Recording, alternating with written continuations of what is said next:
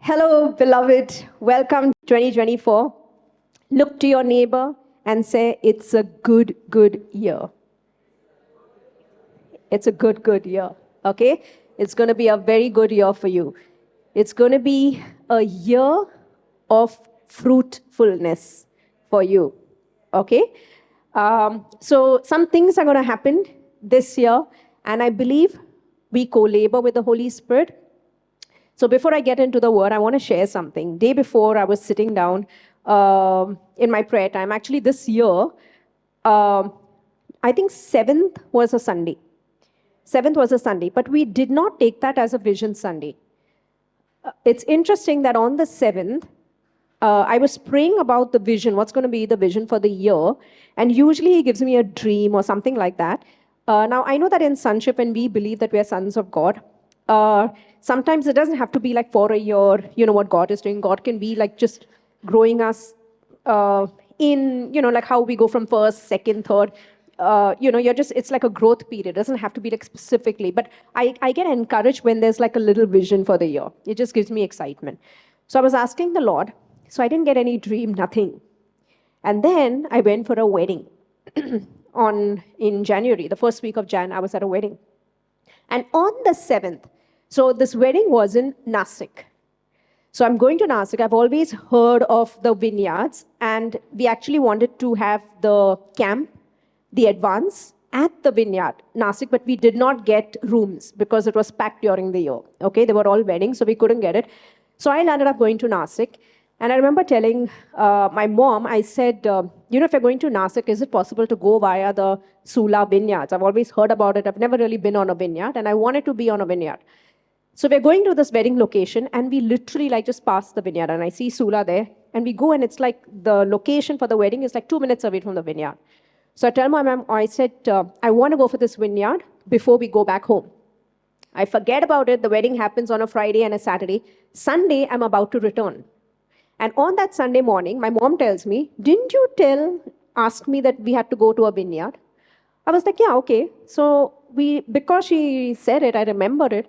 And so on a Sunday, I am at a vineyard. And all I'm doing, I go have a lovely glass of wine. I'm going at this vineyard, not really engaged in all the activities of the vineyard, but I just go there. I go to the restaurant, and I'm just looking at this whole vineyard right in front of me with all of these wines. And then I went for a nice walk, and I was just passing through the wines. I was looking at the different types of wines. And then I realized he was not giving me a vision, but he was showing me the vision. And I was there on the first Sunday of the year. And there was a reason why he took me to the vineyard is because something that he's trying to tell me what he is doing in Beloved. And one of the things that I saw in the vineyard, and so I have pictures of the vineyard, and I'm going to show you. I saw uniformity. All the vines are the same. One of the things about a vineyard or growing grapes versus any other fruits, the gardener is the most important. Because if you grow grapes, have you seen grapes grow in the wild? They're sour. They're not best quality. It's a climber. It's not a creeper. Creeper grows on the ground, but a climber sort of grape wine it's called a climber because it grows upwards. Okay? And one of this particular fruit needs a gardener. Because when the grape wine has a gardener, it produces the best crop.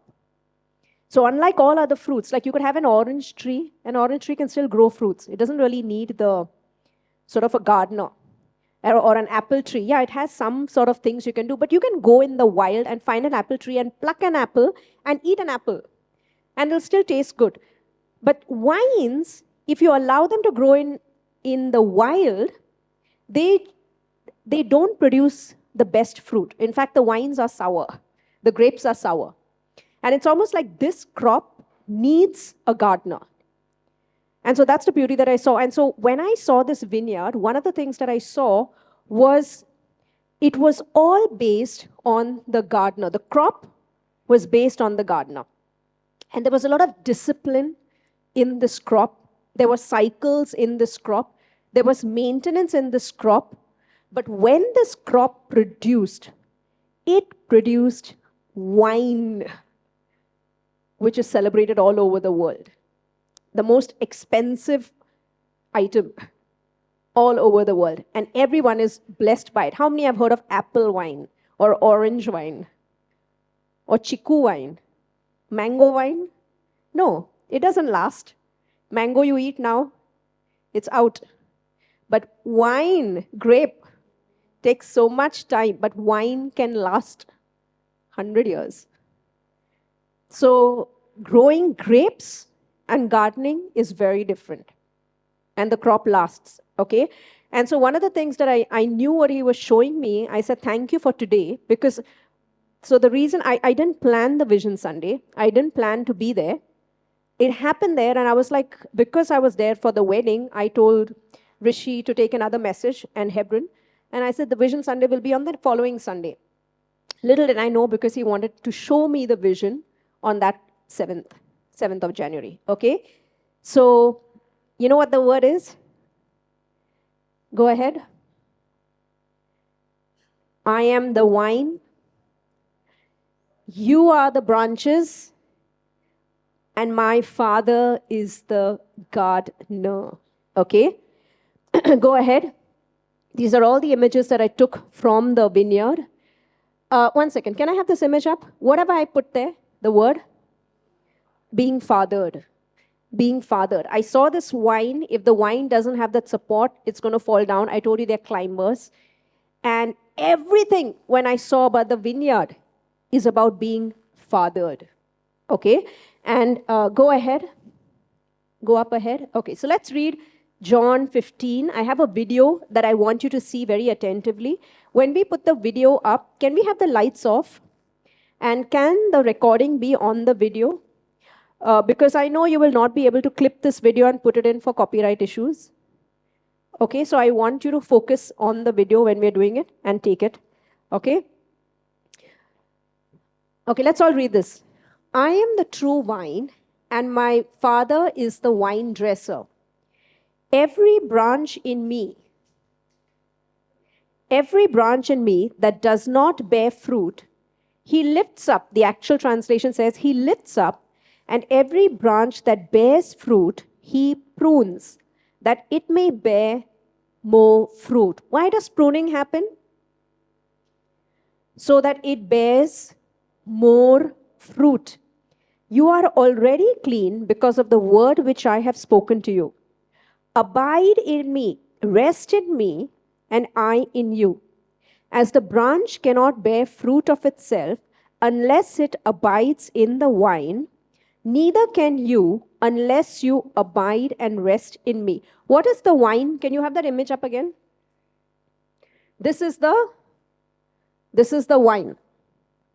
And what are these? These are the branches. Okay. I am the vine. Okay, let's go back to that verse. I've taken now from another translation. I am the vine, you are the branches. He who abides in me and I in him, sorry, this is the same one, bears much fruit, for without me you can do nothing. If anyone does not abide in me, he is cast out as a branch and is withered. And they gather them and throw them into the fire, and they are burnt. If you abide in me, and my words abide in you. What does he want? Jesus says, do you love me? How many love him? Yeah. So when you say you love him, for him, love means keep my word. Keep my words in you. You can say love, but have your own relationship on your own trip with Jesus, doing your own thing. And you can fall and get hit and think Jesus did it.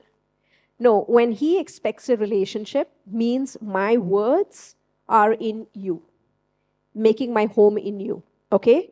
So see this. If anyone, if you abide in me and my words abide in you, you will ask what you desire and it shall be done for you. By this my Father is glorified, that you bear much fruit. So the gardener is the Father, Jesus is the vine, And you're connected, we are the branches connected to him. Now the Father comes and is pruning from outside. And why is he doing that with pruning? Bears much fruit. We're going to see how is a grapevine so different from any other crop in the world. Okay? Okay, now let's read John 15:5. I am a true sprouting vine, and the farmer who tends the vine is my Father. He cares for the branches connected to me by lifting and propping up the fruitless branches and pruning every fruitful branch to yield a greater harvest. The words I have spoken over you have already cleansed you. Why does he prune every fruitful branch? To yield a greater harvest. So you must remain in life union with me, for I remain in life union with you. As a branch severed from the vine will not bear fruit, so your life will be fruitless unless you live your life intimately joined to mine. So, when I was walking through this vineyard, I went in Jan. Now, Jan isn't the harvest time yet. So, I just saw foliage. What is foliage? The leaves going on. But one of the things that I saw in a vineyard is consistency. That means it was not like one vine was not bearing fruit. If the same pruning was happening, they were all bearing fruit. But see, if there was one vine that did not allow pruning, that's the one that was not bearing fruit. So is the Father partial? No. The Father is not partial. He desires that every vine bear fruit. I saw uniformity. I saw uniformity in the vineyard. And there were different types of wines. There was matured wine that was grown maybe years. And then there was wine that was probably grown like 2 years ago. And then I saw different type of wines on them. Okay? So is the Father partial? Whom the Father loves, he corrects, he prunes. And if you take that pruning, and we'll talk about what pruning is, every tree, every vine bears rich fruit. Okay? Now let's go ahead. I am the sprouting vine, and you are my branches. As you live in union with me as your source, fruitfulness will stream from within you. But when you live separated from me, you are powerless. So what is he talking about separated? You can be joined to him, but how can you be separated? When his words are not in you. You can believe Jesus, but his word is not in you, in your soul. And that's why you can feel separated from him. Okay? Now see this. But when you live separated from me, you are powerless. If a person is separated from me, he is discarded. Such branches are gathered up and thrown into the fire to be burnt. And I'll explain what this means in regard to the wine. But if you live in life union with me, and if my words live powerfully within you, then you can ask whatever you desire and it will be done. When your lives bear abundant fruit, you demonstrate that you are my matured disciples or matured sons who glorify my Father. Do you want to become matured wine? One of the things about wine, the pruning, the gardener has to be very careful with the way it is pruned. Because the pruning depends on years how the wine will produce.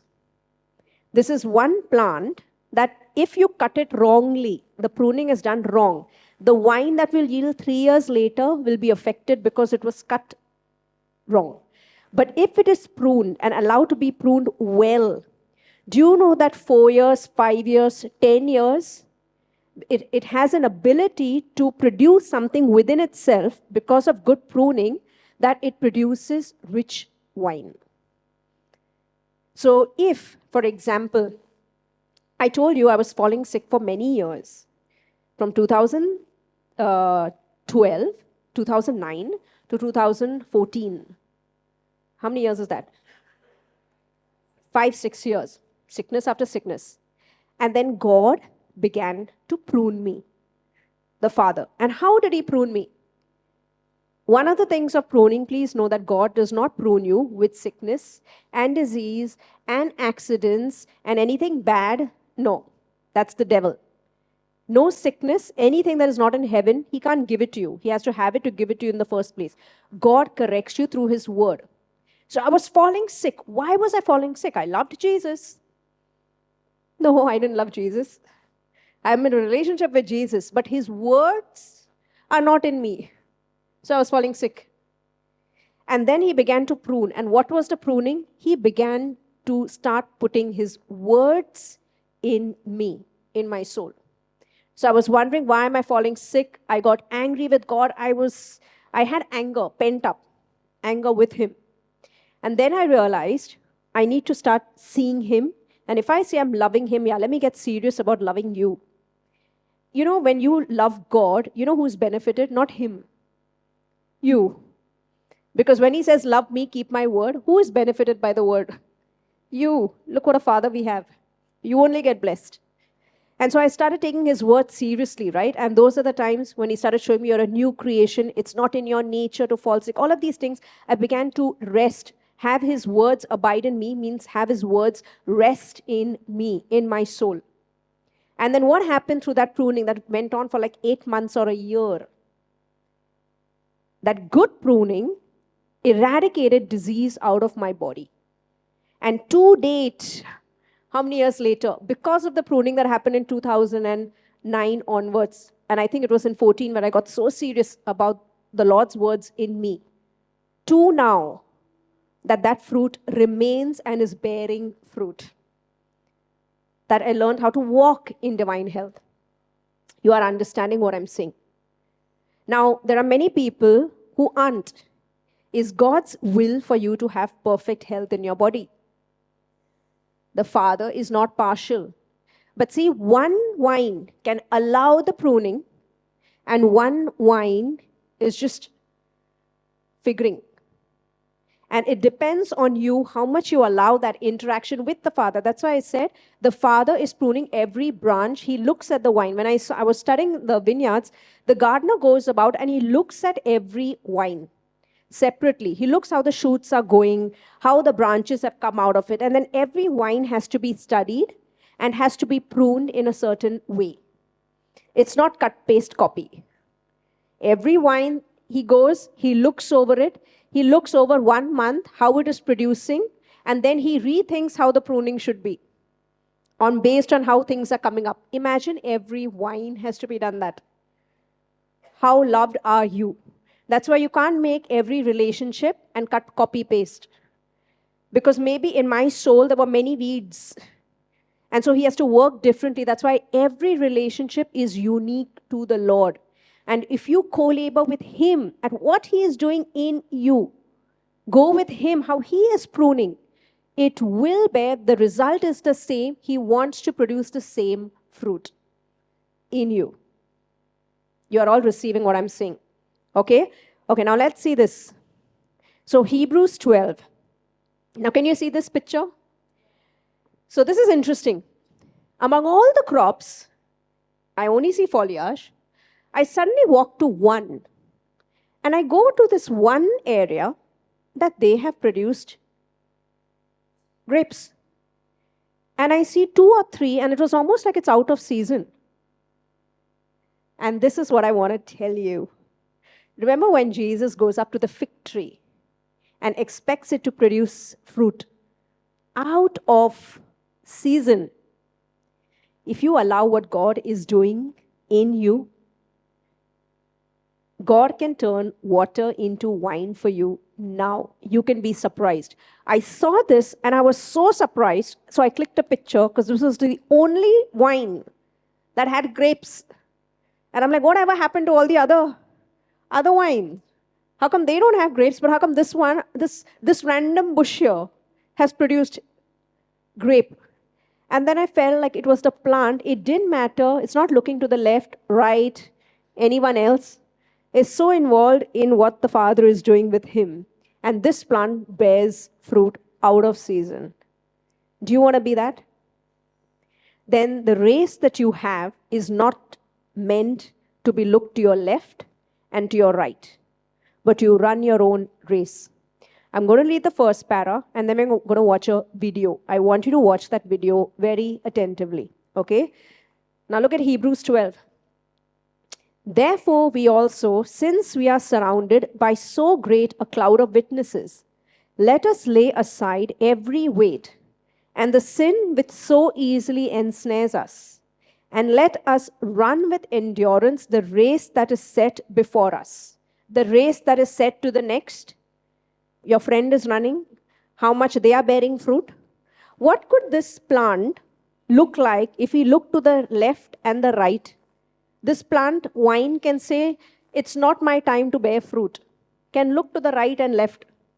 But this plant is unaffected by everything. And when I see the whole vineyard, this one crop has got grapes in it. And maybe now all the others look at him and are encouraged that, we can produce fruit out of season. Now see this, what it says. Run with endurance the race that is said before my left, my right, before me.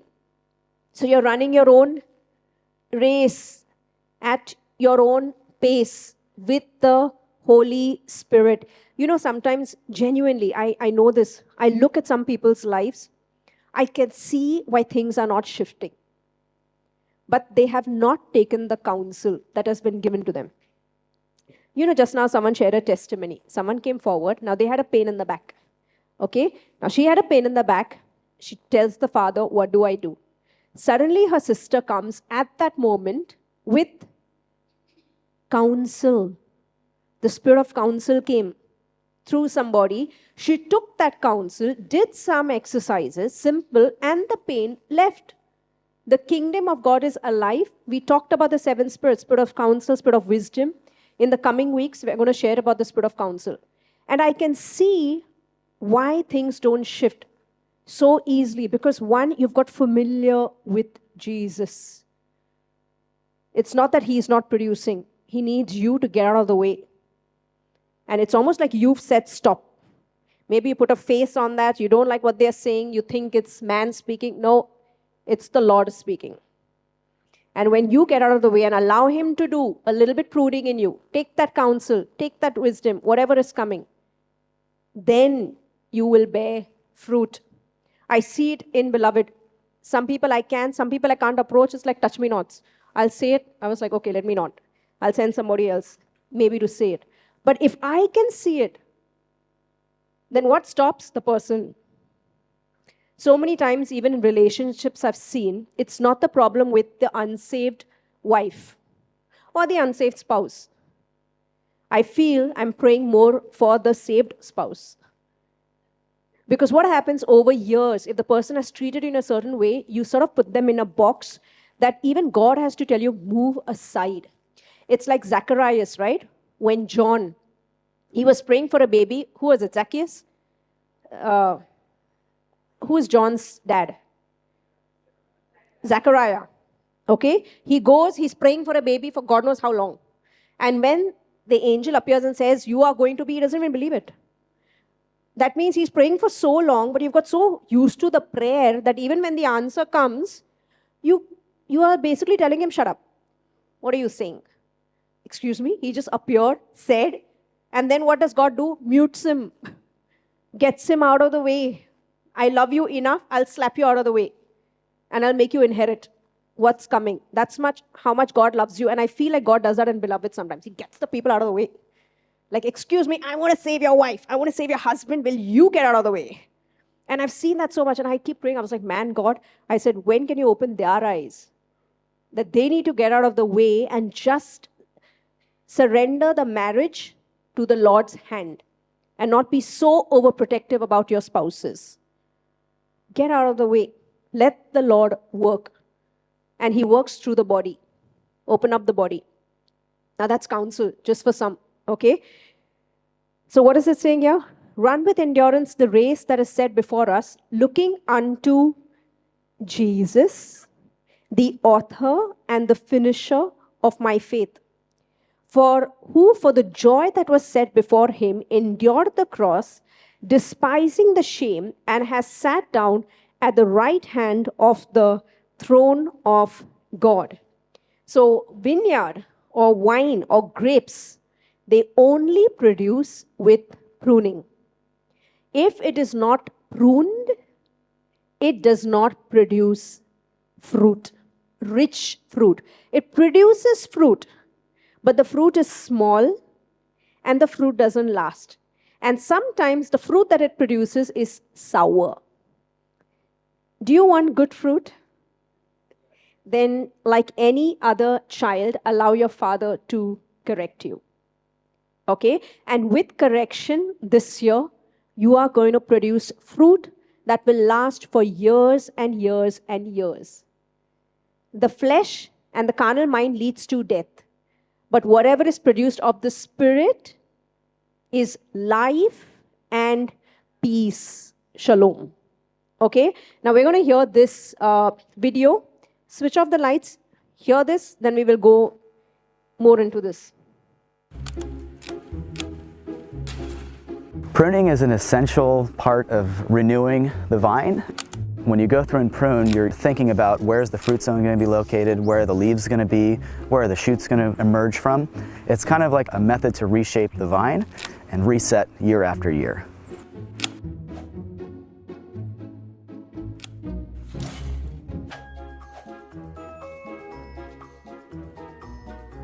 When you look at a vine, you kind of look at where cuts have been made in years past. You think to yourself, how did this vine perform last year? Did I get the yields that I needed? Did I get the protection that I needed? Do these shoots look like they grew enough to protect the fruit from heat waves later on? And did they have enough canopy there to effectively ripen the clusters?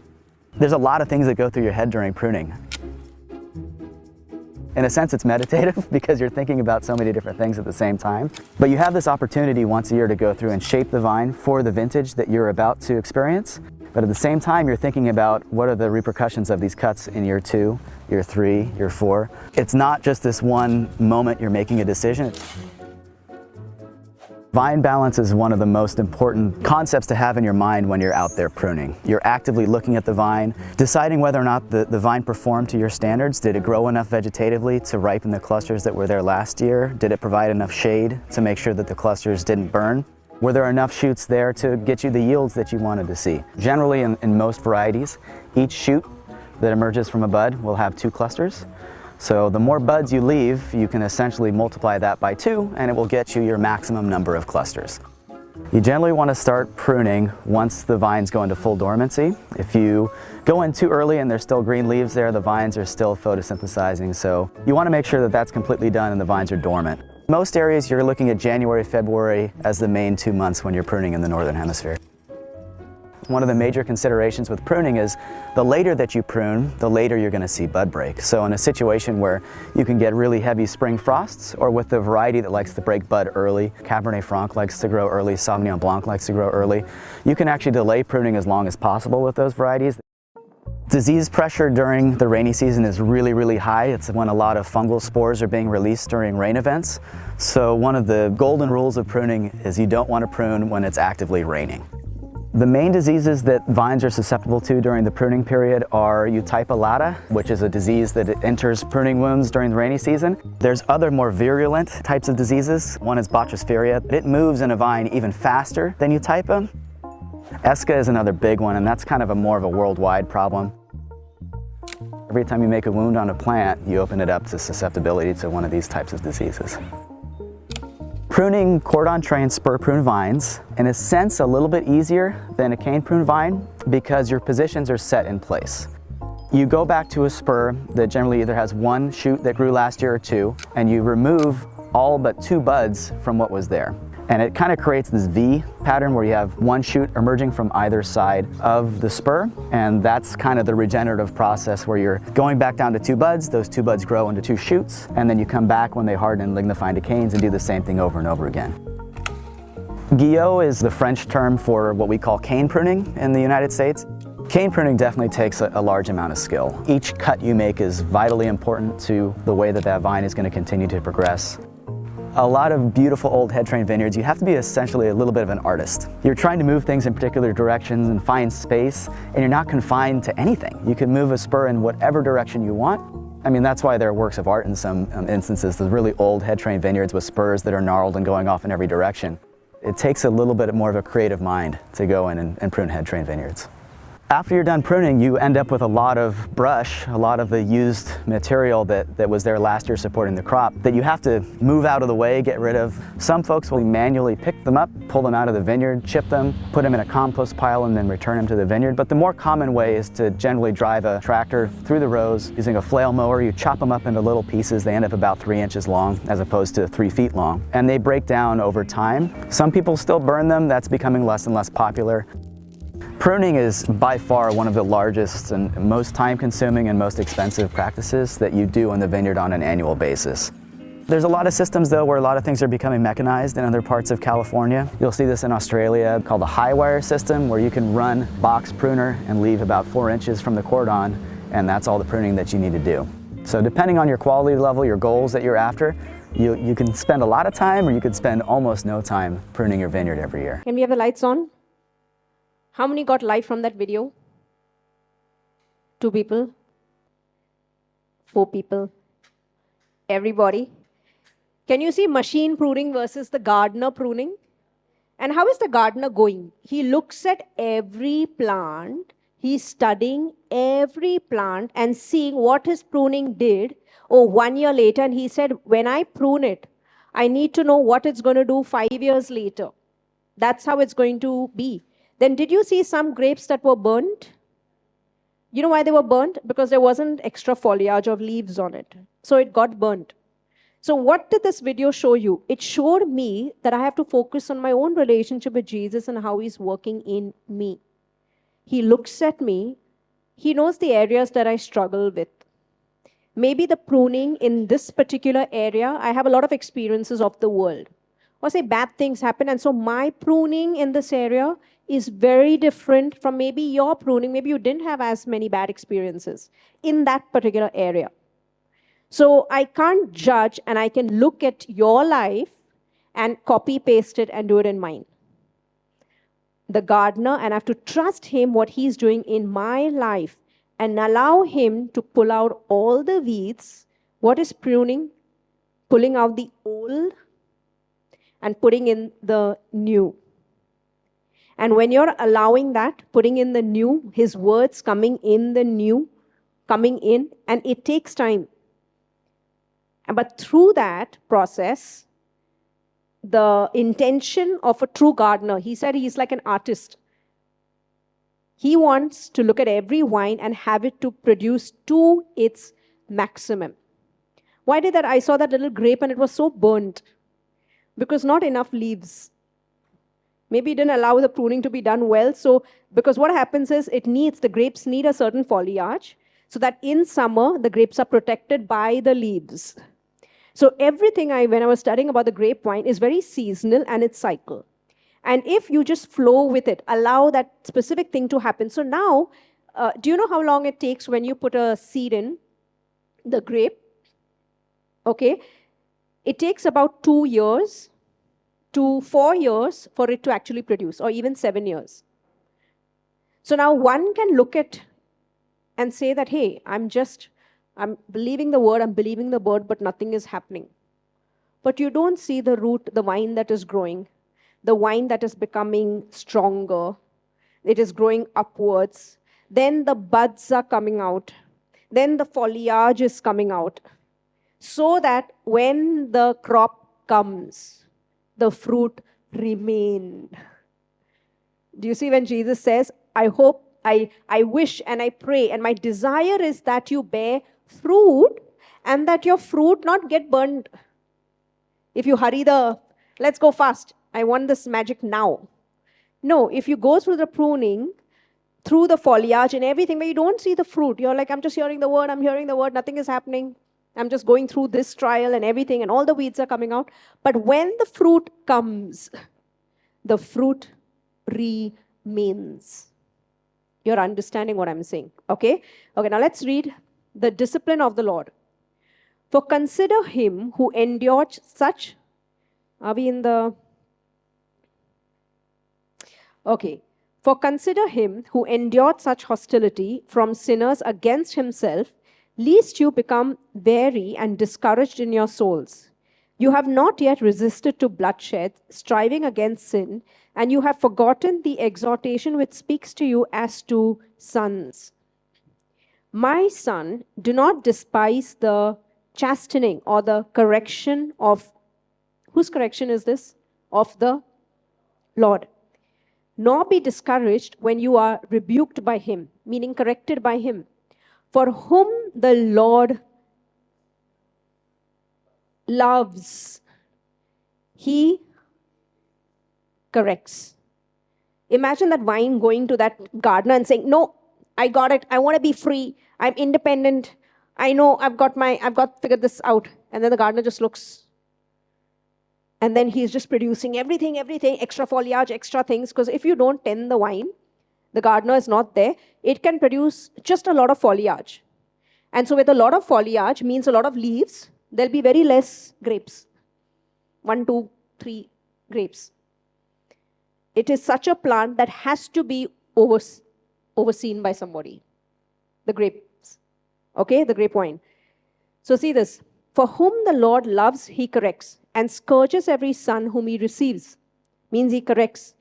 If you endure correction, God deals with you as with sons.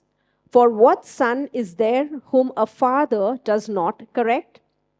But if you are without correction, of which all have become partakers, then you are illegitimate and not sons.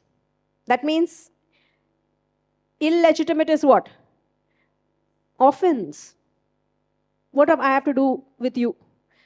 You know, yesterday was an amazing day. Day before I spent some time with the Lord. I was in the night, no sleeping, eyes awake. Because if you miss the word here, you won the crop, right? Don't miss the word here. I was sitting and I was just reading. The next day I went, I told you, I shared that testimony. I was at bandstand. I was looking in, and then this lady, this girl, young girl, just falls off the bike right in front of me. I actually didn't run because everyone ran. I saw her with a helmet. I thought just some scratches. I was still doing on my phone. I was doing my own work. Up until they got her, 15 minutes, you know, they were helping her stand and everything and all. And then she just collapsed, just down. And then the minute I saw her down and they started doing like slapping her, she wasn't responding, I ran. And then I ran, I just got the crowd out. I didn't care what they said. I just put my hand on her and began to pray in tongues. And I said, in the name of Jesus, I just speak life. And then she opened her eyes to look at me. I felt like she knew the Lord, you know, for some reason. And I looked and then she closed her eyes again and she fell flat behind. Her eyeballs were just at one place. I literally thought she's dead. So this lady came and started putting her hand on her nose to see if she was even breathing. And she was trying to put something in her mouth. And I just continued. And all these thoughts are going on. Priya, you prayed for that dog. That dog died. It didn't resurrect. And I was just like, oh, Rahadar, yeah. I'm just praying this life. And I said, in the name of Jesus, I said, the spirit of death, I just, command you to get out of here. And you live. I just speak your life in her. And then within 15 minutes, she just stood up. And she said, give me some water. And then her friends, I told her friends, I said, just get a rickshaw. I said, take her to the hospital. Her friends came, put her in a rickshaw. And she went, and I was like, wow. I said, Jesus, I said, you had me there just for this girl. And who knows if there are people praying for her and people who love her and know her, but God can raise up people around. And so that happened, and so I go to the parlor after that. Now this has happened. The person is gone. I go to the parlor and I'm sitting, getting my nails done. And then I usually go there and I just said, Jesus, give me favor, because I go to this parlor without an appointment. I go to all places without appointments. So they come in, they're like, ma'am, you've come here. No appointment. I said, no. So she's like, and for the first time she said, okay, ma'am, don't worry, sit. We'll make room for you. So I was like, that's new. So I sit there and she said, what do you want to get done? I said, a pedi and a mani, both I want to get done. And then she sends me a girl. I said, who are you giving me? She said, we're giving you the best person. I was like, wow, that never happens in this particular place. So I go, I'm sitting there with this person. And then this person starts doing my nails. And she's like, ma'am, you remember me? And she had a mask on. So I don't remember her. So I said, no, I don't remember you. She's saying, many years ago, you used to come to this branch. And I used to be there. And you remember Grace and all of these? I said, yeah, Grace has come to church. So, and then she started just telling me her problems. and how she's planning to move to Alaska and everything. I said, you know Jesus? She said, yes, I do know him. And I said, then don't worry. I said, if you're going abroad, God has you sorted. I said, do you know you're the righteousness of God in Christ? And I said, pursue your righteousness of who you are in him, and all of these things will be settled. And so I told my driver, quickly get the sonship book. I added her on the oneness group, and she said, thank you so much. I really needed to hear all of this today. And so now I finished my pedicure, manicure. I was like, wow, that's... And now I'm going about my day again. I've had my breakfast. Now I want to have lunch. I usually don't eat so much. But on that particular day, I was having a lot of carb for some reason. Okay, so I go and I'm thinking, where can I go? Because I had to prepare sort of the word for today. And whenever I'm doing a word for today, I never plan about the word. I usually allow myself to be ministered in the area that I want to be ministered, so that then the word can flow. Okay, it's like, you bandage a wound or like in that area, and so you can walk properly the next day. It's like that. So I was allowing, so I go and sit in in this one particular cafe, and 2 days ago, someone WhatsApps me. Now, I've ministered to this girl. She's a very high-profile person, and I've told her about the Lord, sort of things she's forgotten about it. And so she messages me 2 days ago saying, Priya, do you know where I can get this particular bag that this actress has worn in this movie? Now, like, honestly, I didn't even care. I said, so, but because this person is an important person, I said, okay. I said, send me a snapshot. I don't know what bag you're talking about in this movie. I've not paid so much attention. Send me a photograph. And she sends me she literally sends me photographs, okay, of that particular bag.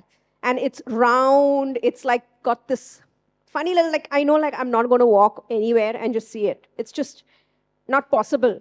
So I saw it, and I was obviously planning to ignore it because I don't know. And I said, okay, I'll get back. But I wasn't planning to get back because where are you going to get that one from, So I forgot about that. Now I'm going and sitting in this restaurant or cafe, getting my lunch, and I walk out of the store, and I decide to take one path.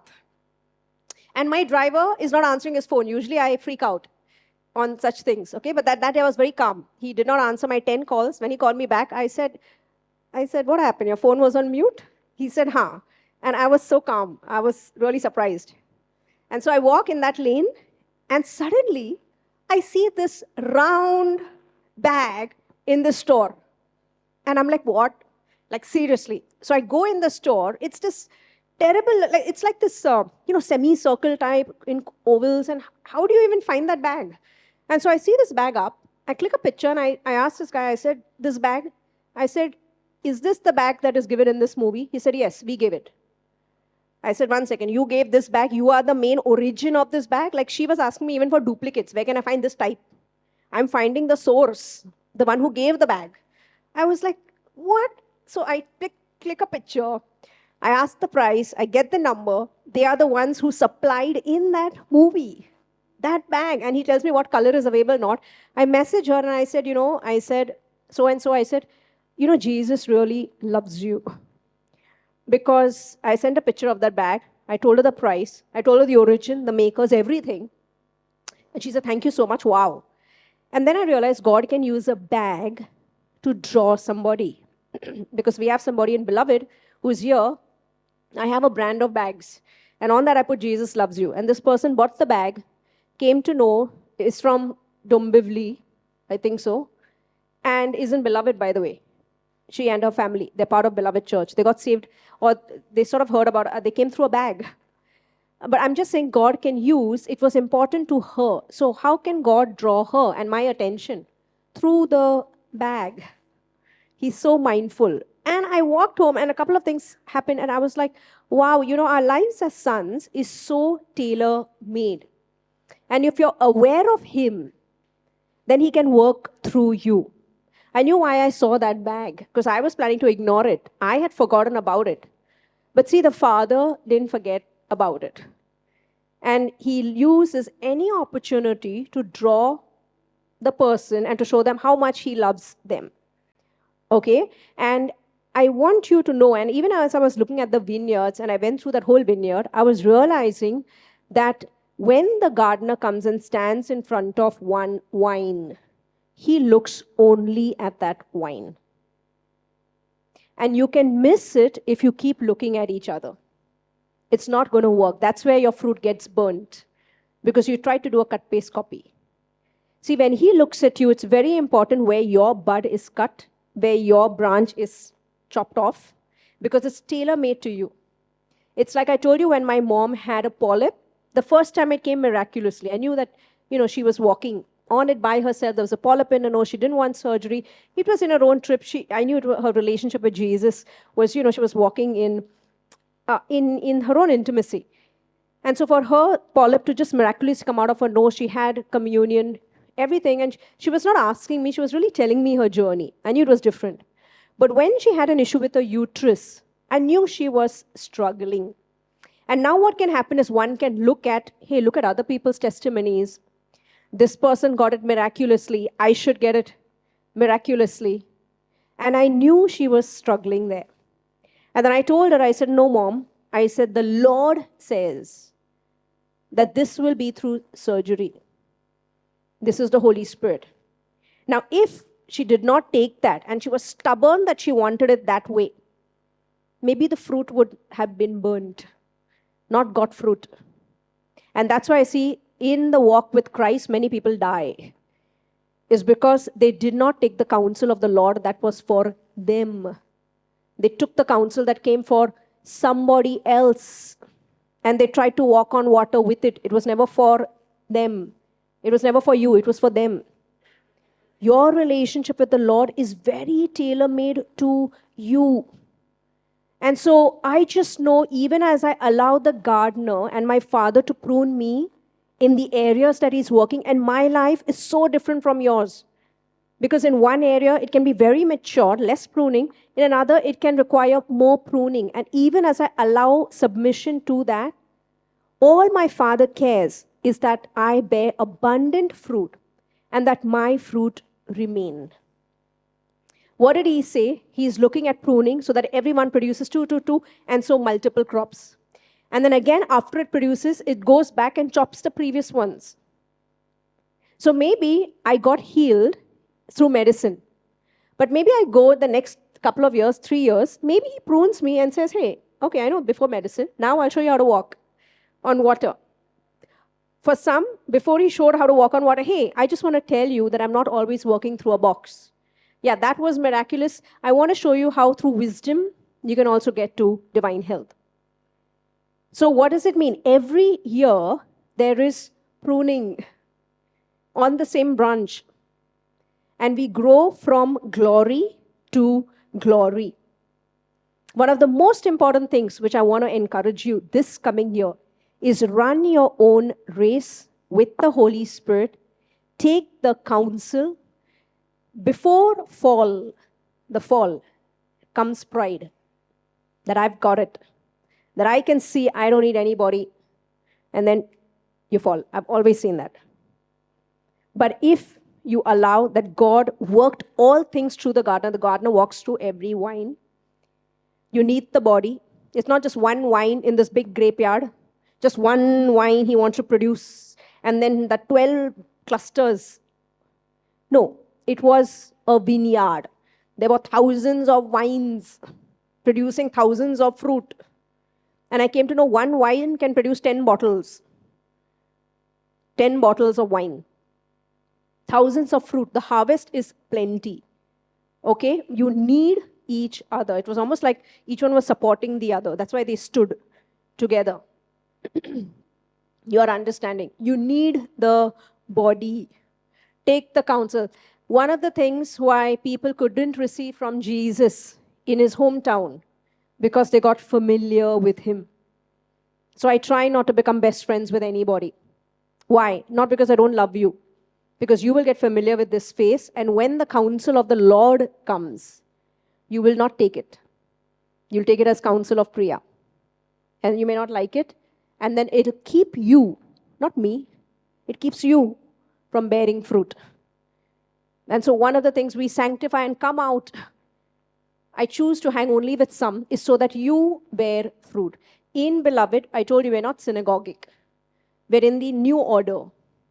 But there is a structure that God has put. If you are here in Beloved and you say this is God led you here, then allow the God that you serve the father, trust the Lord in the leadership.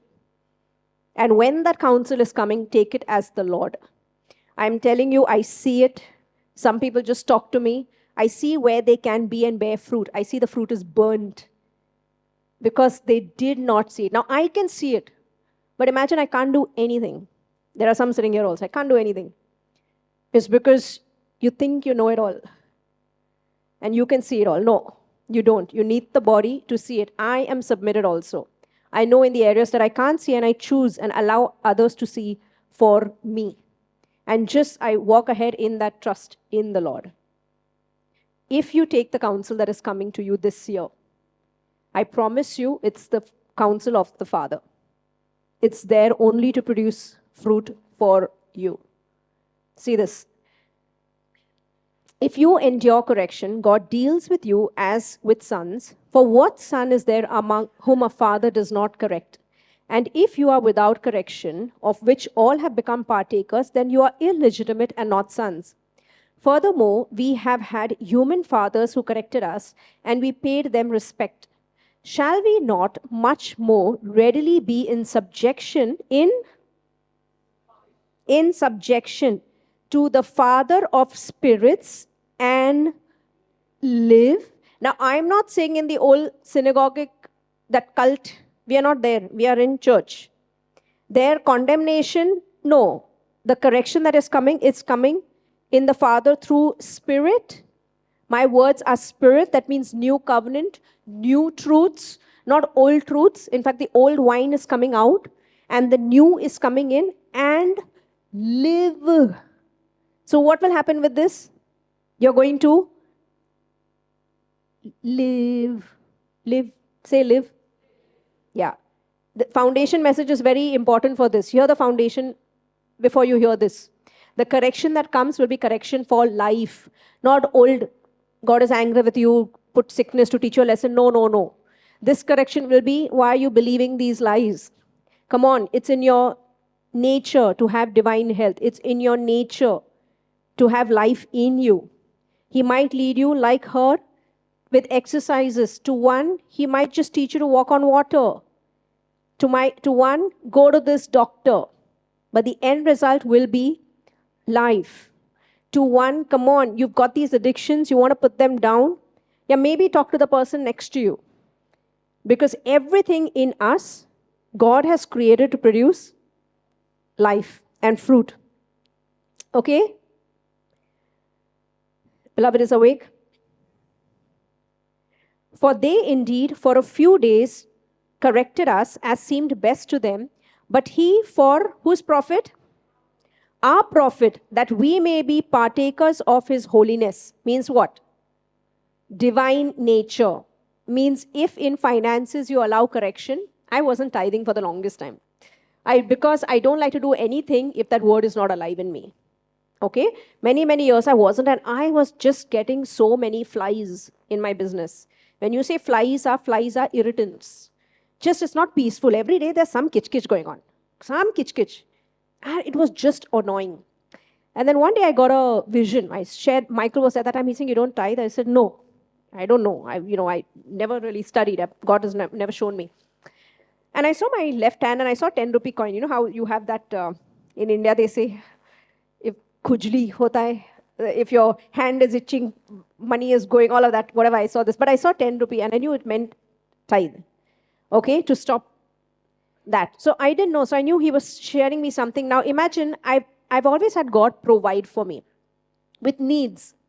But I never knew that he wants to take me to a place that I can be a blessing to somebody. I never thought that as long as he's taking care of me, I have everything. Why should I be tithing? I used to live with my mom then. I had a house. So my daily needs were like what? Go out for a cafe, buy some new clothes. Everything was fine.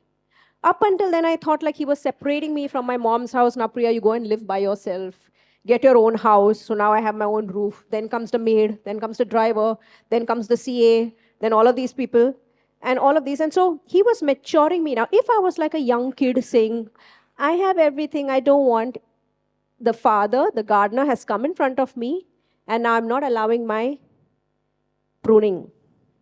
Now, what is happening? He's teaching me new truths. I'll show you how to make money. I'll show you how to get rich. So yeah, you don't want this money, Priya, go and bless somebody else. Throw a party for somebody else. Go splurge on someone else. Is that okay? No, you don't want?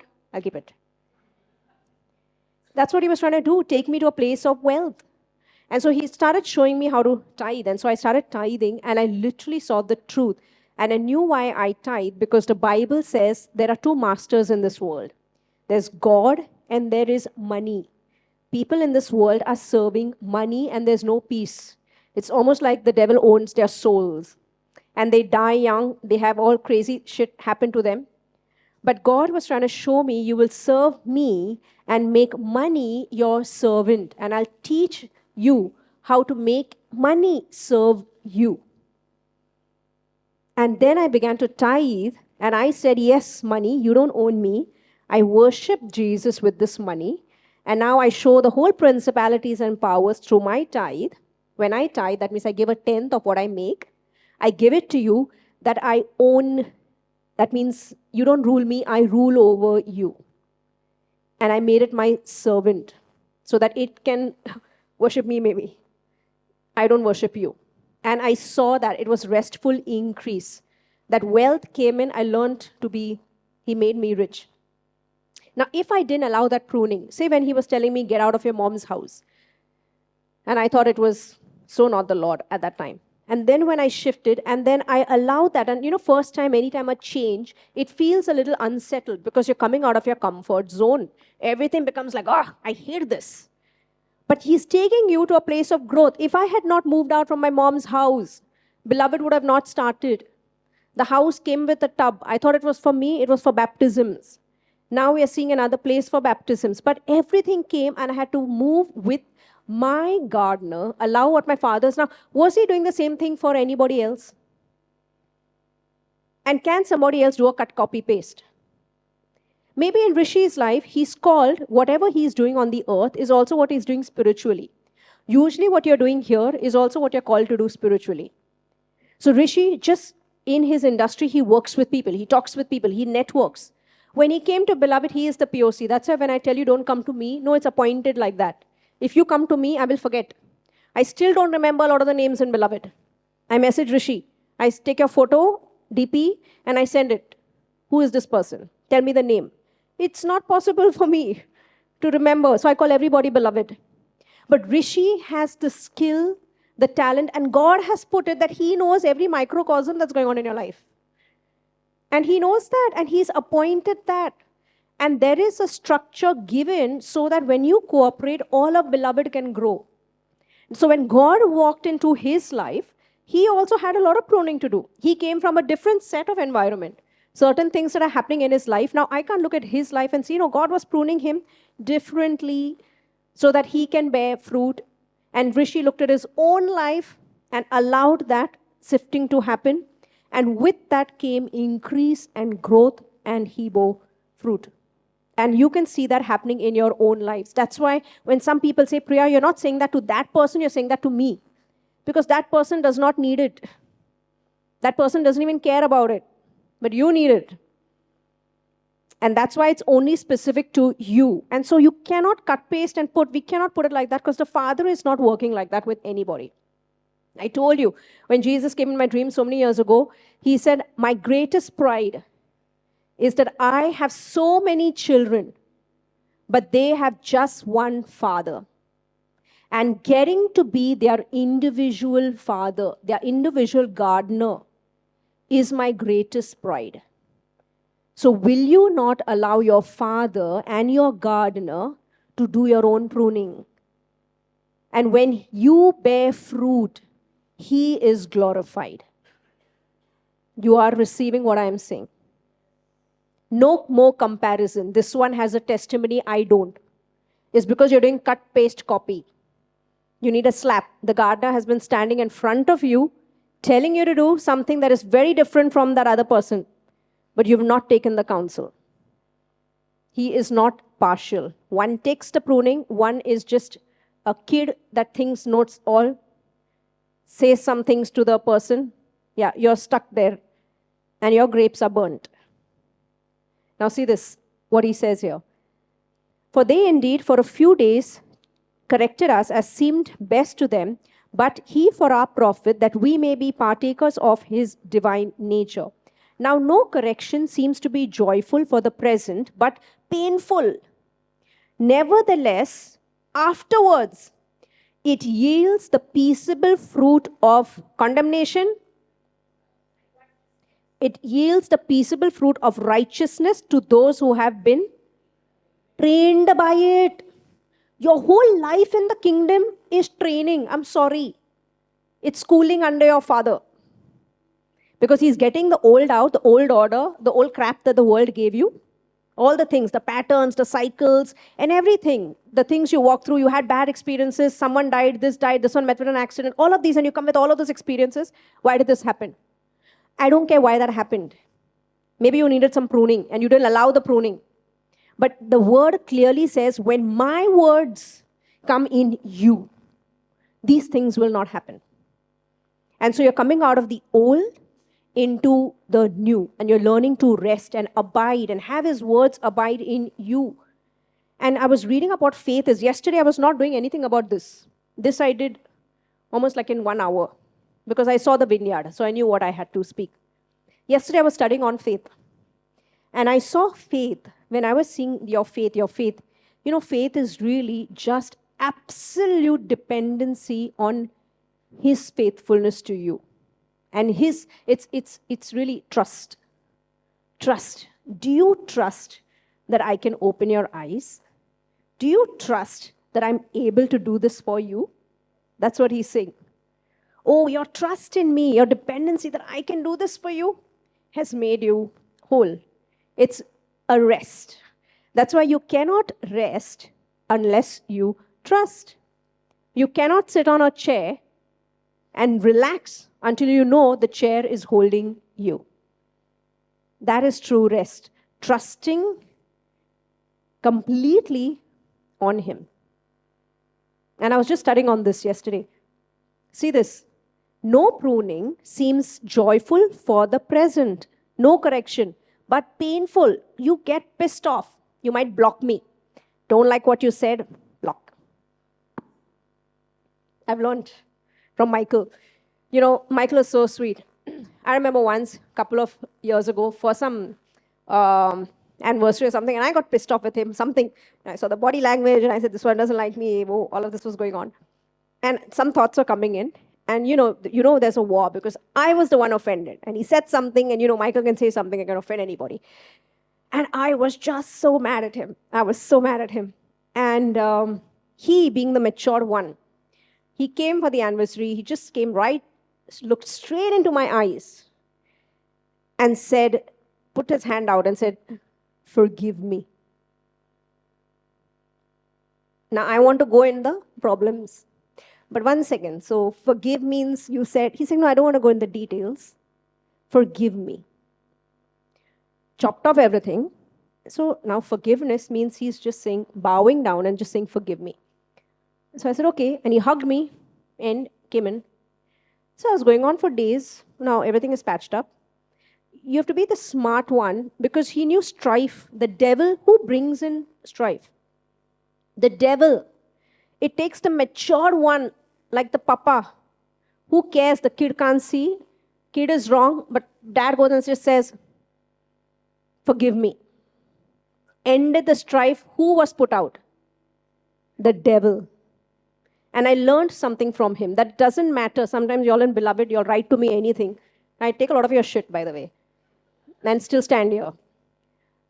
I take other people's shit also. So sometimes it's not my alone what I'm speaking.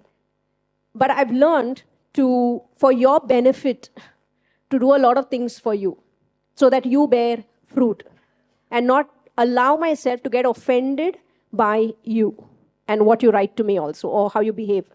But by the same extension that I'm giving you, extend it even to me and to others, because if you do that, then God can work through you and you keep the devil out. It's not about each other. I've seen every time you have to come out of yourself and see who's the true culprit behind this. It's the devil. And so you put him out like a wise servant. like a wise son. You're understanding what I'm saying. That's why we keep the strife out. Sometimes we put people out. Gossip has started coming in. Why do we put people out? Because even they don't know their tongues have gone to the devil, accuser. Even they don't see it. So we are trying to put Satan out. And when they repent, then they will understand it. We just chop out. Now what we did, cut out the accuser, not them. But they, like children, don't know. They think it's not. You don't even know your tongues have been used and are being used by them. Now somebody else can see it, you can't see it. And so like babies, you have to, and so we tell them, please don't go and bring them back in. And you think you did a good thing. I said, excuse me, we put them out, you brought them back in. No, unless you come back through repentance, it'll just keep on going here. You have to walk in through the door of repentance. That means a heart change. Then I can also see that you will bear immediate fruit. Okay? See this. If you allow the correction, which seems painful, nevertheless, afterward, it yields the peaceable fruit of righteousness to those who have been trained by it. So how is the training happening between the gardener? The vine is there and the branch. The branches are getting clipped, not the vine. The branches. See this. Therefore, strengthen the hands which hang down and the feeble knees, and make straight paths for your feet, so that what is lame may not be dislocated, but rather be healed. Now, Jesus comes to me. I'm falling sick. Now, pruning happens to me. He starts telling me new things. That time, I didn't even have one testimony to tell me it's divine nature, all of this. You're a new creation. It's not in your nature and all. Not one person speaking that at that time. It was new to me. So just because he's showing you something new doesn't mean it's not. It's weird. You're pioneers. That means what you are walking, sometimes there's nobody else walking that, but he's called you to walk so that through you, what's a path of righteousness? I told you, I was telling you on a Wednesday Bible study, when you see a mountain, can you see those trails that are made? Trails. A trail has been made and then you easily climb on those trails. It's so easy for you. But the first person who walked that trail, it was hard for them because they were removing the stones out. They got hit. But you just walked in a path that was prepared before. So pioneers are the ones, their story is very different because they're walking alone with the Lord. Because what their journey is, there is not one like that ever. And then you pave that way and others are walking through that. And what happened through that door that was opened? And that testimony that happened in my life. So many others started walking in the same awareness of that revelation. And everyone started walking in divine health through that rest that came in, that revelation. So a lot of your journeys can be, God has called you to be pioneers in that. And you allow that to be happening to you. See this. So it says here, so that what is lame may not be dislocated, but rather be healed. So I was falling sick, and then the gardener came, and pruning happened, so that what is lame, dislocated, may become whole and healed. So you feel you hate the correction, take it. Because the correction has come not to hurt you, but to fix you. So first time it looks like, what is this happening? Like for single people, sometimes, from singlehood, they're going into marriage, different season of their life. For some married people, from being married, they're going to become mothers or fathers, different seasons. And so one season can't be another season. You can't be the same. There's adaptation and there's growing and pruning that the Lord is doing. And if you don't allow that, you'll just remain right where you're at. And everyone else is foolish and you are smart. In Marathi, there's a saying, Mits Raja. It means I'm king. I know best, everyone else is a donkey. Doesn't know anything. Those people stay there only. We don't have that attitude. We submit to the Father because He wants to have His divine nature. So that means His riches in me, His divine health in me, His relationship, how He has it. Yeah, there's no decay, there's no death in that, in my life. And so I'm going to walk it. Maybe no one saw it. First person, we will see what they should look like in the kingdom and in all other areas. Okay? See this, so that what is dislocated may be healed. pursue peace with all people and holiness, without which no one will see the Lord. Are you holy by flesh? You're holy through? So will you see God? Yes. If you're trying to seek holiness through the flesh, yeah, you're going to have a very hard time seeing God. But if you know your holiness is by faith given to you, and Jesus looks at you not through your flesh, Father relates to you not through your flesh, the Spirit bears witness with my spirit that we are sons of God, not through your flesh. Okay? Looking carefully, lest anyone fall short of the grace of God, lest any root of bitterness springing up cause trouble. You saw the vine when it was clipped and it began to bleed. And now it says that bleeding one can't you have to wait now for a long time for it to bear fruit. What is that? Bitterness came. I have seen in Beloved, I knew this was the Lord telling me. I went up to somebody, a few actually, and it went like that. What happened? Bitterness came in the person. That's why sometimes I try not to give the counsel. I send it through other sons. Because if they have a problem with this face, they will not take it. And bitterness came in, and now bitterness causes you delayed crop. That means you can't bear fruit because you didn't look at it as the counsel of the Lord. The correction came from the Lord. No, I'm not going to take this. Who does she think she is to say this to me? Or who does Rishi think he is to say that to me? No, you did not take that counsel. It was the Lord that came to correct. But sometimes you can't see it. And see what it says here. A root of bitterness came. Least any root of bitterness springing up cause trouble, and by this many become defiled. Defiled. That means they stay where they are at. And I have seen this over the years. I have people who their lives are just stuck and stagnated. It's because correction came, and I see that the Lord has been working. But see, they can't see it. Or they sort of resist it, or they don't want it. Or sometimes, I told you, pruning hurts a bit. When I say hurts, because it is new. No one likes newness. People like monotony. They want the same cycle and the structure, and give me patterns and cycles. Tell me a formula that works. I'm sorry, a whole relationship, no relationship, including in your own lives, is a formula. Where you get up every day, you'll have the same conversation with your husband, you'll eat the same food, you'll talk the same thing. Is that happening? Every day is new. But people want the pattern and the formula. Give me something that works. I'm sorry, no. It's not like that. This is for you. And people did not take that, and they remained there. Pruning, no one likes it because it's all new. Talk to people who started new businesses. You hate it. You start something new, the tailor is irritating. You have to find 5 tailors till you arrive to one tailor. Then that one tailor, so many people die in their family.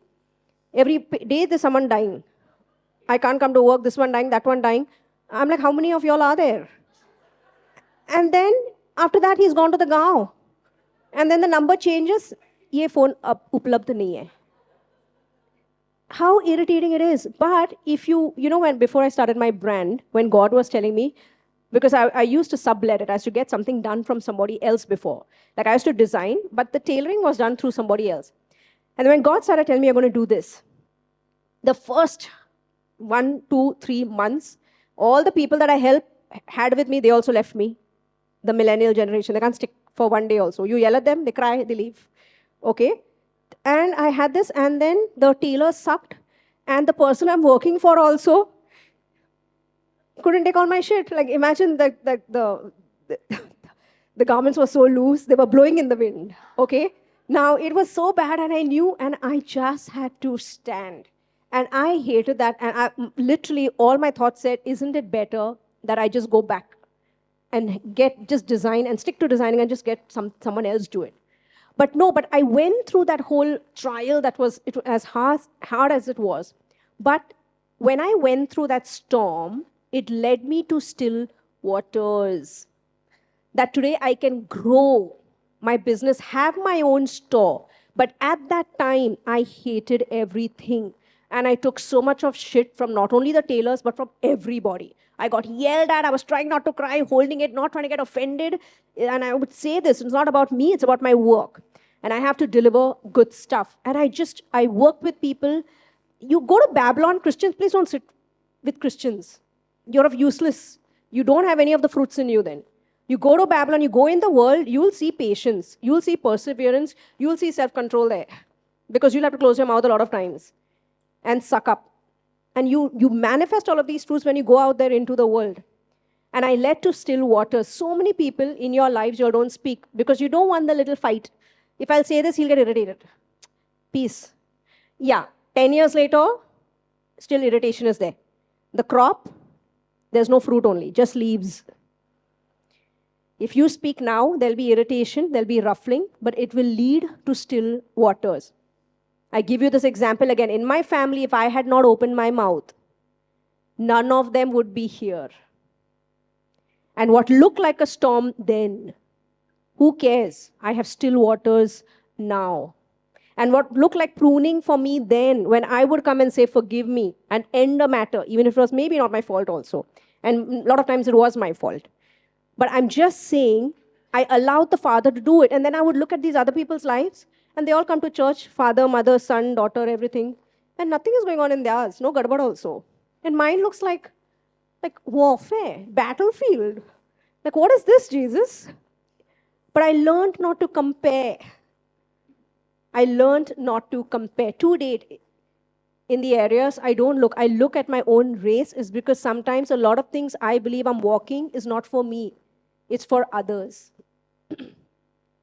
If Abraham had not gone through 25 years, there would not be in Hebrews, in the book of Hall of Faith, and Abraham believed God, and it was accounted to him for righteousness. And Sarah, when she had come to the end of herself, believed that he who promised her is faithful. After she had done everything in the flesh and given Hagar to sleep with Abraham, got the child, everything, and then she came to a place of stillness that God will do what God has spoken. What did it produce in her?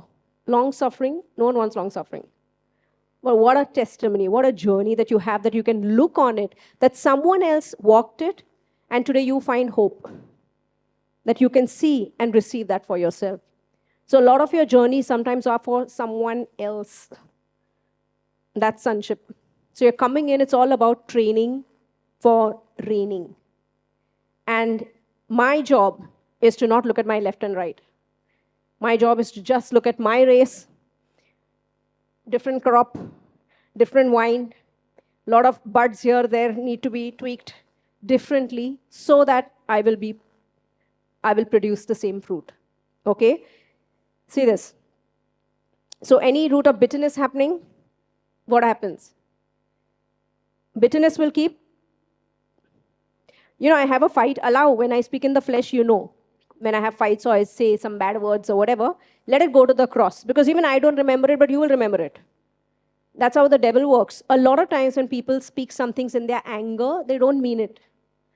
But the person who received it holds on. And then I'm like, I said that, first of all, I don't even believe it. But you have kept it, so who worked on your head? The devil.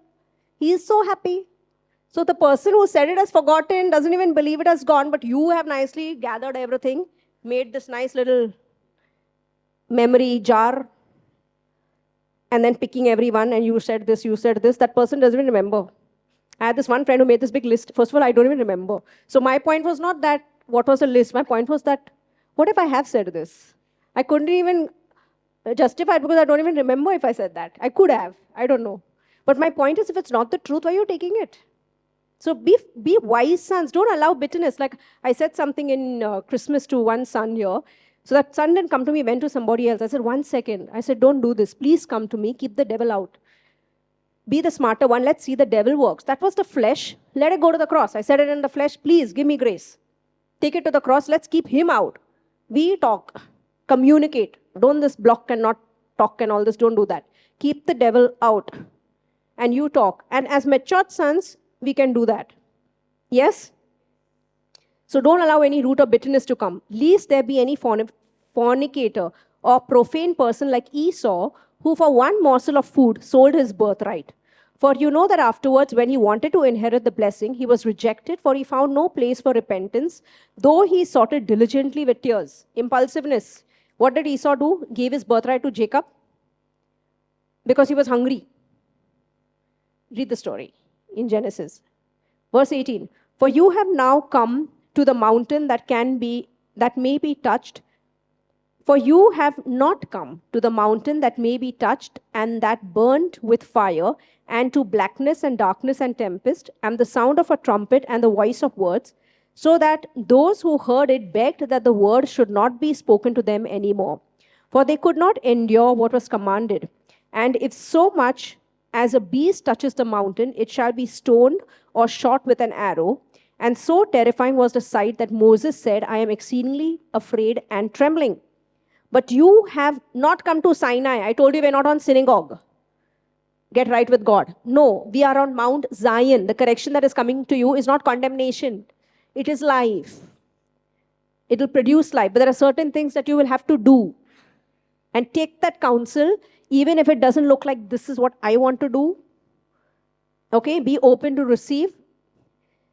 But you have come to the Mount Zion and to the city of the living God, the heavenly Jerusalem, to an innumerable company of angels, to the general assembly and church of the firstborn, who are registered in heaven, to God the judge of all, to the spirits of just men made perfect, to Jesus the mediator of the new wine. We're giving you new wine.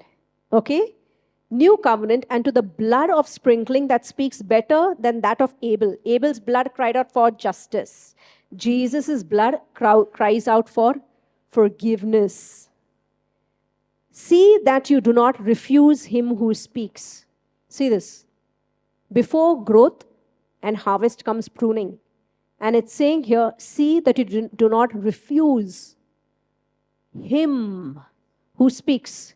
For if they did not escape who received him, who spoke on earth, much more shall we not escape if we turn away from him who speaks from heaven, whose voice then shook the earth, but now he has promised, saying, yet once more I shake not only the earth, but also heaven. Now this yet once more, indicates the removal of those things that are being shaken. That means, what is shaken in your life? Removal of the old order. As of things that are made, that the things which cannot be shaken may remain. What happens with all of that shaking? All of the crap, the old order in your soul, all the lies, all the crap through the experiences and the patterns and all of that is coming out, so that the things which are of him can remain. Sometimes, through your experiences, I've seen so many, it's like a vine that all of those branches need to be chopped off. And then God allows that pruning, and he might go through an experience and he's removing all of these things that you've got on from your experiences. And allow that experience to pull out and God to replace it with the new. So that the things that have to be shaken are coming out through that whole trial or experience, so that the things that are of him can remain. Okay? Therefore, since we are receiving a kingdom which cannot be shaken, let us have grace by which we may serve God acceptably with reverence and godly fear, for our God is a consuming fire. Proverbs 15:22. Look at this. I'm just going to take this verse. Without consultation and wise advice, plans are frustrated, but with many counselors, they are established and succeed. Without counsel, plans go awry or wrong. But in the multitude of counselors, they are established. I want to tell you, this is the counsel of the Lord. It's talking about if you take that counsel, plans get established. It's like there's a way of the Lord for you, and then when is go like this? You did not take it. Okay, see this. Okay, let's go to the grape vines. I have a couple of pictures, and then I'll close. I'm just going to read. Okay, so these are all the pictures from the Sula vineyards. Can we have this light off so that it can come in the... And this one. I'm going to read this. Grapes are harvested in early fall and then planted in the spring. They're planted in spring.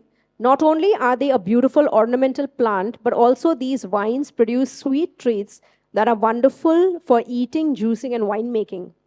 They are vigorous growers, and with proper pruning, they will produce fruit with ease within a few years and last for 30 years or more, or even for 100 years somewhere I read. But with pruning, the fruit remains. Without pruning, the fruit comes, but goes. I told you someone can come and lay hands on you, you'll get healed. But then you can lose your healing also, because you don't know how to stay healed. But with pruning, you get all the old order out of you. The Father is working with the new words in you. And now you're going through that journey. Now you're seeing what you're seeing is going against what you believe. And all of that is going on. And you're walking by faith with Him. Because the just shall live by faith. But through that, it produces fruit that remains. Okay? We can't see this. Switch off that light. Yeah? It's clear? This is better. Okay. So this, can you see uniformity? Can you see uniformity? How can you not see uniformity? Can everyone see uniformity? They all look the same. But you know, if you go individually, from outside it looks same. But if you go to every vine is clipped differently. The gardener goes, looks at it, and has clipped. But we are seeing the overall fruit, right? It looks uniform. The foliage has come the same way. But the clipping that happened for every vine was different so that they all can look like this. You are understanding what I'm saying? Okay? Okay, now let's go to the next one. I'm just going to read what I've written here, okay? Pruning, go up. Pruning is very important. Grapes produce fruit on shoots growing off of 1-year-old canes. If you have too many old canes from no pruning, then you'll get fewer grapes. If you prune back your vines completely each year, then you get lots of new growth, but again, few grapes. Pruning is done in late winter when the plant is dormant, usually around March. But for the first year or so, the goal is to create a strong root system and trunk. Plant in spring and prune back the grapevine to 3 buds, then wait until the first winter. So during pruning, what is happening first? There are no grapes for almost 2 years. What is happening? The gardener is looking at to create a strong root system and trunk. You're sowing the word, what is getting fixed first? The roots. The roots are getting established in righteousness. And they're going so deep so that now the crop can come. So most people don't want to go through pruning and the waiting through that period because they feel if they're not seeing something, and if you're looking at somebody else's life and that looks like it's budding, maybe they started 2 years ago. So that's why don't look at, and I love this in every grapeyard vineyard I went, every vine 2 years old was here, 5 years old was here. Now I felt good because if they look at each other, they all look the same. But see, a 1-year-old and a 5-year-old was put together. And now that 1-year-old looks at the 5-year-old's bearing fruit, what about me? That would be a problem. And we are like that. It was easy for me to go in one. See that picture? Go up again. This is put 2 years ago. Thin. Can you see the stalk is thin? The stem is thin? Thin. They're all same because they're all put 2 years ago. Now we'll see older vine. Okay? Okay, let's read ahead. I have some things written for you. Is grape a climber or a creeper? It's a climber plant. So from the above discussion, it becomes clear that grape is a climber plant that grows in the upward direction with drastic overhanging growth. It grows from glory to glory, upwards, not downwards. Because everything about your father is upwards. See this. How long does it take to grow grapes? Vines grown from seeds may take 2 to 7 years to produce grapes. Now don't worry, you're not waiting 7 years. It's an analogy, but I'm just saying the maintenance on it. Imagine the gardener going about at a crop for 7 years. Is he foolish? Because he knows when this vine produces fruit, this fruit is like no other tree fruit. This fruit will last me 100 years.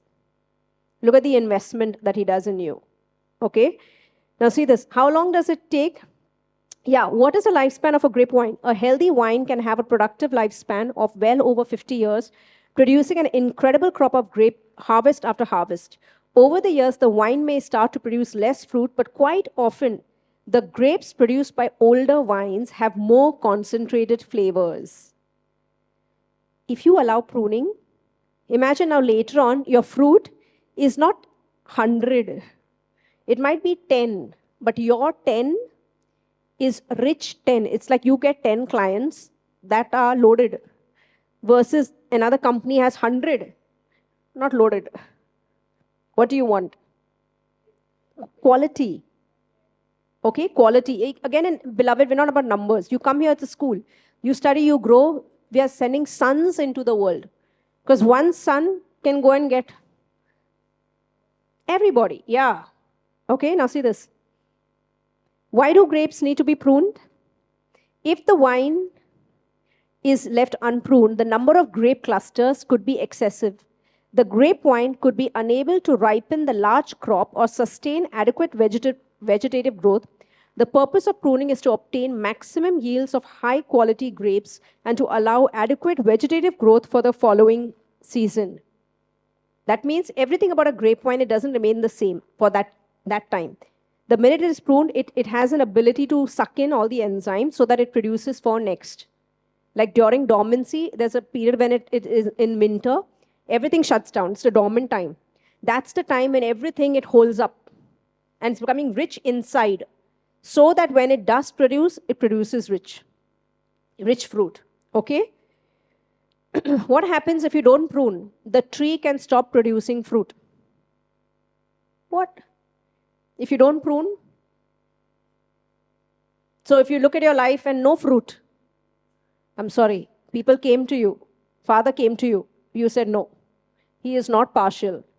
The word says he is not partial. If you don't see that fruit, is because you didn't allow the pruning to happen, or you didn't take the correction, or you were sitting, like I said, you thought it was a gardener, but was not the gardener, not the Father's words. Okay? See this. Just like a plant, dead leaves and branches sap energy from the rest of the tree. Too many dead limbs will result in a sickly tree that produces very little fruit. Tree pruning is the best way to encourage new growth and increase your field. Is pruning good or bad? Is pruning good or bad? Tree pruning encourages tree growth and structure. With proper pruning, a tree can be made to grow into a certain configuration of limbs and branches that is more ideal for the structural integrity of the tree. Maintain the tree's structure helps to mitigate the risk of broken limbs and falling branches. You know, you saw in the video what he was trying to do. He was trying to get the shape of the tree to go like that, the vine, and then it go like this. Why? Because if the stem is strong and the root, then later on when the fruit bears, it can hold. You can hold the fruit. So sometimes pruning has to be done. It happened in David's life, remember, before he became a king. All the shit had to get out of him. And all of that, you can see him in the wilderness going on. And what was God working on? Him. And he learned to submit Saul and take God at his word. But even when he could take out Saul, he said, no, I will not do this. I'll let it come from him. I will not touch him. What character? Character got built in that. And now he comes and now he can lead Israel. Okay? See this. How many times grapes bear fruit in a year? Vegetative growth takes only in spring. That means all the leaves come up. Consequently, the fruiting is only once in a year during the summer months. How many grapes does a vine produce? I like this. A typical grape vine will produce about 40 grape clusters. A rule of thumb for grape growers is that a typical vine will produce about 10 bottles of wine. So you can have one vine in each house. Grow one. So 40 grape clusters into 100 grapes per cluster, 400 grapes to make your 10 bottles, or 400 grapes to make 1 bottle of wine. Do grape wines get better with age? As a wine ages, it becomes less vigorous and naturally produces less fruit per wine. Lower yields concentrate the fruit flavors in the grapes, giving more concentrated wines. In addition, a wine's root system becomes better established with age, stretching deep into the soil and reaching previous underground minerals. Precious underground minerals. So what happens with age with the wine? It is sweeter wine. It is the most expensive wine. What you have walked through, you feel like right now it's shit. But the fruit that was produced goes on for generation and generation. That today I can look at Abraham's life and just, it's so rich, it's so deep. Don't compare. Allow the Father to work in you.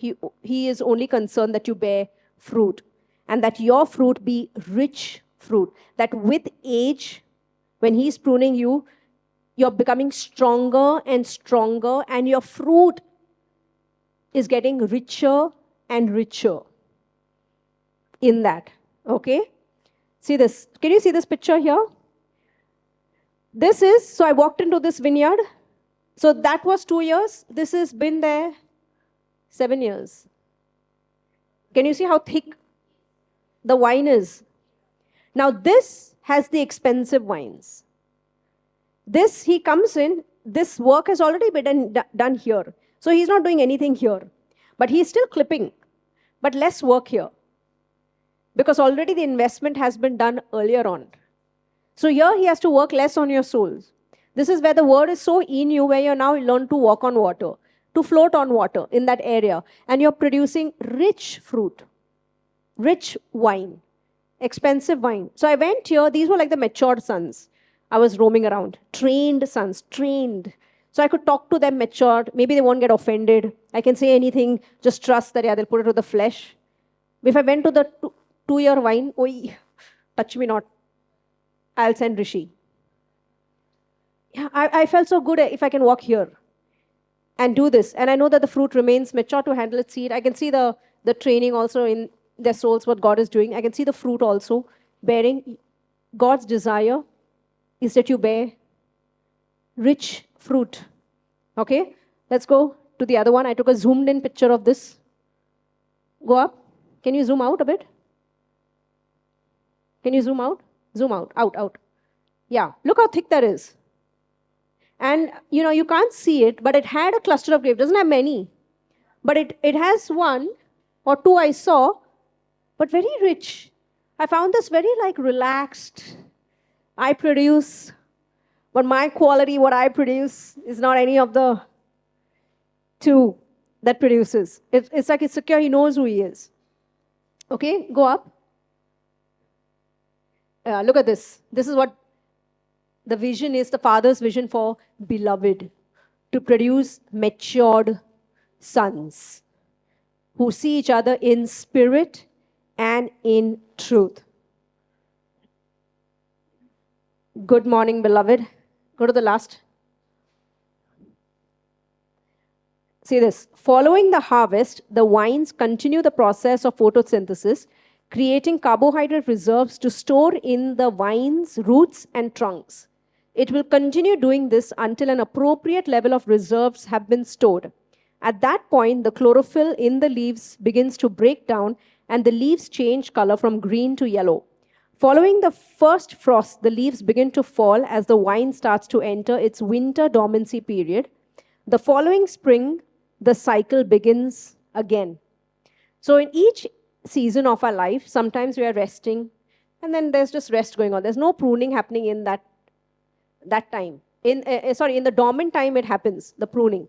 And then there are different times. In spring, no pruning, because it'll begin to bleed.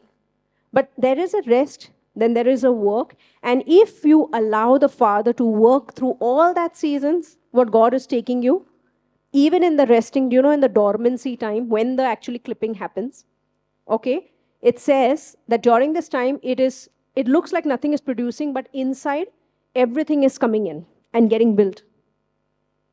And then this reserve, whatever has happened, and this is just after harvest, everything is gone, nothing is wasted. God is still working so that it can be ready to produce more crop. So what is the vision for 2024? The Father wills that none of you be barren, that you all produce fruit.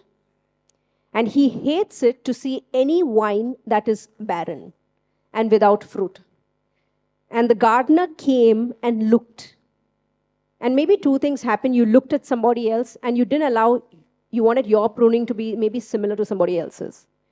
And what the Father wants to say to you this year, do not look to your right or to your left. The race that I have prepared for you is unique for you. I'm looking at you as the gardener looks at the vine. I'm looking at you in front of me, and I'm going to bring correction. I'm going to bring counsel. I'm going to bring wisdom. I'm going to bring understanding. I'm going to bring rest to you also. And my desire is that you bear fruit, and you bear abundant fruit and matured fruit. So the harvest is huge, and God is working in each of you. And my desire is that everyone in beloved bear fruit so that the Father is glorified. Okay? So we're going to stand up. We're going to take a tithe of all the increase of all the life. I want you to say, Holy Spirit, I'm going to work with you. I want you to close your eyes, everybody. Just say, Father, I thank you. I'm a son in your kingdom. Jesus, you are my high priest. And this year, Holy Spirit, I want you to show me every day in the areas that you're bringing correction, that are showing me wisdom. Thank you, Spirit of wisdom. I make room for you. Spirit of counsel, I make room for you. I thank you, Holy Spirit. I'm going to allow you to work in my soul. I thank you. At the end of this, I'm going to bear abundant fruit. And Father, you are so happy to see me bear fruit in the area I've been longing to see fruit. Father, I just thank you. We just give you a tithe, Jesus. We just worship you with all of this increase. Come on, just thank him for all the increase that came to you. Just thank Jesus. Pray in tongues right now. Father, I just thank you that in every area that you see your children struggling, that they've not borne fruit, that they're barren, it's your desire that they bear fruit. And Father, it's your heart that this year that they see that fruit manifested in their lives. And I speak this over them right now in the name of Jesus over this year, that in the areas that they never saw they bore fruit, that they will reap abundant, rich fruit, Father. I thank you for all the correction that you're bringing, for all the weeds, for all the old lies, the belief system, all of the lies and the thoughts and the patterns that the enemy sowed. You're pulling it all out, and you're bringing in your new wine. You're speaking in your words into our lives, Father. And I thank you, and we allow you to replace all of those fears with your love, with your trust, with your grace. I thank you that you're giving us new memories, new experiences. You're uprooting the old and establishing the new in our lives. And we receive that, and we trust you, and we love you. And Father, we just thank you that your words, Jesus, are abiding in us this year. I thank you, Father. In Jesus' name, amen. Amen.